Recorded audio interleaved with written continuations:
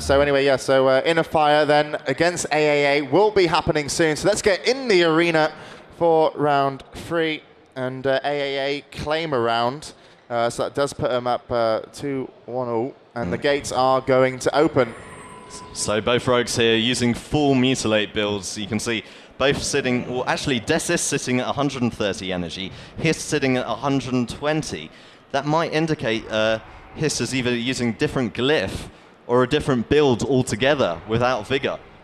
Well, they both definitely have daggers on. Anyway, Cold waiting with Phenomenon behind their pillar, their base, so to speak. iNNERFiRE obviously in the top right.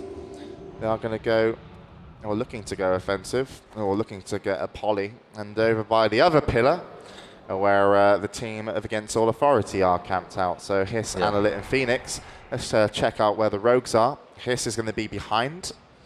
Oh, Desis has just blown his sprint. Will he manage to get a sap off? He doesn't on the mage because he was in combat after a nice lance from Cold.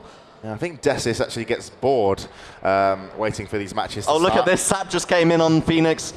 And he's, wow, he managed to get a sap onto Hiss straight after that, but he's going to open up on Hiss. Interesting choice. Hiss actually blowing his trinket on the cheap shot. What the hell? Yeah, well, he's blown a trinket, Hiss, and is he going to pay for it? He's put into a kidney. In comes everything on top of that. In comes a cheap shot as well. Finally, he gets out of it around 10k HP, but penances, there we go. There's a poly onto the priest of aNNERLiT and followed by a blind. Hiss has to play mega defensively, but he's not going to be able to, and it was a mistake, and all the damage forced aNNERLiT to only heal, and he got controlled once again. And iNNERFiRE say to the team of Against All Authority, what you can do, well, we can do better. And surely this round will go in their favor. Ridiculous decision-making from Hiss. What was he thinking? What was going through his head at that moment? He smacked the trinket on a cheap shot. It should have never, ever happened. Ridiculous. He didn't even blow evasion after the trinket had already been used, so the kidney came in straight away, and they're going to take down Phoenix with ease after some great master dispels from Phenomenon.